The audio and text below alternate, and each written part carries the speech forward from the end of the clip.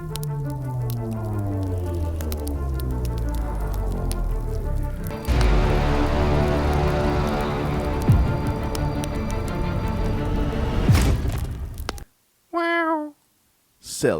fellow hobbyists, and welcome to the Toyama23 hobby channel.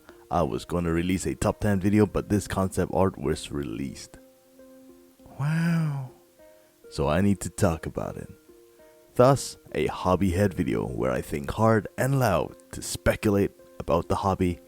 And in this episode, I'll be analyzing Netflix's live action Gundam movie concept art for the Gundam itself. And let's see what we can get out of it. First off, if you're not in the know, the direction taken for this movie is for newcomers to the series, so everyone can jump in without needing prior knowledge of the Gundam lore, which might mean it's not a completely faithful shot-for-shot adaptation of the original series, and that's great because we have something new that's familiar and welcoming for a new audience. I never liked the fact that when a new Gundam series comes up, especially to do with the UC timeline, newcomers get lost because of the lack of knowledge about the lore. And that shouldn't be with this new movie. Yes, they will hit similar notes, like the main character stumbles upon the Gundam and steals it. You know, that always happens. So now, let's talk about this picture. Here we have the Gundam. Yes, it's a Gundam. Please, stop calling it a Transformer. And I am guessing it's a reimagining of the RX-78-2. And probably we will end up calling the model kit for this guy RX-78-2 live action movie version. Now the director also said the film may be an amalgamation of several of these different things, different timelines and whatnot, and I'm definitely getting that from this picture. I believe this is the scene where the pilot actually pilots the Gundam for the first time, and we get introduced to them. Here we have a Gundam in a background which was an event here. Episode 1 of Gundam Unicorn. And what makes it unique to itself is it's not complete. A work in progress, like when they first revealed the new Gundam in Char's counterattack. And this here is supposed to be the first Gundam, the RX-78-2. So that's 3 things. Boom. Wow. An amalgamation of 3 Gundam series indeed. Now, let's look at the design of this Gundam. Looking at the inner frame, silhouette and details, it looks close to the Perfect Grade Unleashed Granddaddy design. The silhouette shows it to be bulky looking. Usually the silhouette is more neutral for this main Gundam, but here it's like the Perfect Grade Unleashed or the Origin version where it's a little bit more bulkier. Now let's talk about the hand.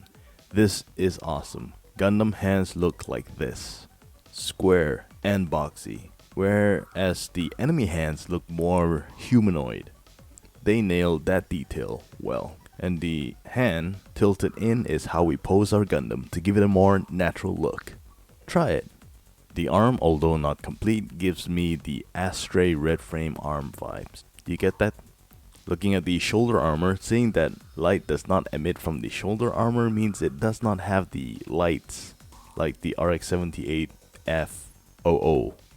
You know, those aircraft lighting to show port and starboard.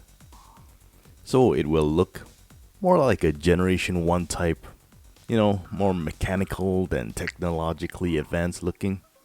Like a old school machine, even when this movie is set in the future. A analog machine. You know what I mean? Maybe it gets a upgrade later. Wink wink. Sequel. The shoulder armor also shows it to have that original Gundam design. Very distinctive. However, looking at the chest, seeing the vents there can mean it has narrow vents, like the Zeta Gundam, or those collar vents like the Alex 2.0, and the chest vent is just not there yet, you know, because it's still a work in progress. And seeing how hollow it looks, that's safe to say, no core fighter. Now let's look at the waist unit. Looks like very little skirt armor, and it has quite a big thigh. I think it's because the front armor is short. Usually it covers the front thigh quite a bit, but in this case they might be going for a Stray Gundam look, or they have not completed the front skirt armor. But I will say this, the side skirt armor looks straight out like the new Gundams. Finally, let's look at the head. The shape of the head armor, the helmet armor, really reminds me of the Victory Gundam's head. The roundness of it, more streamlined. It has green eyes, I guess inspired by the Verka Master Grade Granddaddy. And the V-fin is like the Wing Gundam, but slimmer. So guys, what are your thoughts for the reimagining of the Granddaddy's concept design? Do you like what they came out with? Or do you think they tempered too much with the design? Me, I like it. Even though I see different elements of other Gundams, I think as a whole, it will look good and unique. Meaning it will look uniform and its own RX-78-2 Gundam. And not something that flew out of the Gundam Built Fighters episode, or this abomination. Some say, it does seem to be somewhat celebrating how awesome war is, when the original Mobile Suit Gundam is so focused on the trauma war inflicts on people. I disagree. I think it's just creating this scene. And we know how crucial this scene is. And yes, I agree that this movie should be the later statement, but I also hope it's mild in the violence department, because I don't want people to get PTSD or traumatized kids, We want our kids to watch this movie, don't we?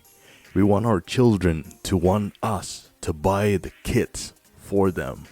Because our children saying they want it is a good enough excuse to build a backlog. I mean a Gunpla. Yeah, backlog. What was I thinking? And Bandai, you want to sell more toys, don't ya? Like Star Wars. Made to sell toys, but spark a huge fandom. And sweet merchandise. I wish the director all the best. It's a delicate balance working on this property and mixing a few elements all together, but that's how a cake is made. I do love his cinematography style. It will make for some epic scenes. And guys, let me know your thoughts on this upcoming movie or the design for the Gundam at the comments below. Well guys, if you enjoyed this content, do subscribe and give this video a like. Building a YouTube channel? Download tubebuddy, your browser extension to YouTube success, with my affiliate link below. And guys, fellow hobbyists, keep things awesome, keep the hobby going, and keep the hobbyist alive. I am Toyama23, signing out.